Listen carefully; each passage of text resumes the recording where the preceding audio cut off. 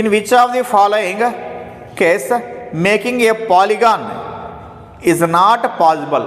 Making a polygon is not possible. క్రింది ఏ సందర్భంలో బహుభుజిని తయారు చేయటం సాధ్యం కాదు?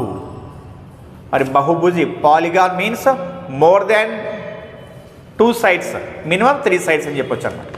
రెండు కంటే ఎక్కువ భుజాలు గల సమృత పటాన్ని మనం ఏమంటామంటే బహుభుజి అని చెప్పి అంటాం అనమాట. మరి ఏమేమి ఇచ్చాడు ఆప్షన్స్ అంటే ఇక్కడ మరి అంటే బహుభుజిని తయారు చేయడానికి ఏ సందర్భంలో బహుభుజిని తయారు చేయడం సాధ్యం కాదన్నాడు. It is not possible to make a polygon. ఏ ఆప్షన్ చూద్దామని. ఫస్ట్ ఏమన్నాడంటే విత్ 5 మ్యాచ్ స్టిక్స్.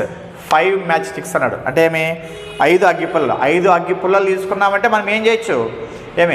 5 sides ఉన్నటువంటి పాలిగాన్ని మనము తయారు చేయొచ్చు అనమాట. ఓకేనా? ఇలా 5 sides ఉన్నటువంటి పాలిగాన్ని తయారు చేయొచ్చు మనం. నెక్స్ట్ అట్లనే విచ్ 4 మ్యాచ్ స్టిక్స్ అనమాట. విచ్ 4 మ్యాచ్ స్టిక్స్ అంటే 4 అగ్గిపుల్లలు. 4 అగ్గిపుల్లలు ఉన్నాయంటే అది తీసుకుని పెట్టవచ్చు మనం.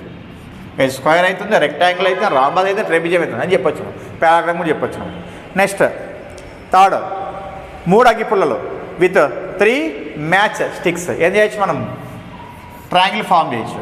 నెక్స్ట్ ఆ తర్వాత విత్ 2 మ్యాచ్ స్టిక్స్ 2 అగ్గిపుల్లలు. మరి 2 అగ్గిపుల్లలు తీసుకొని చేయగలమా మనం?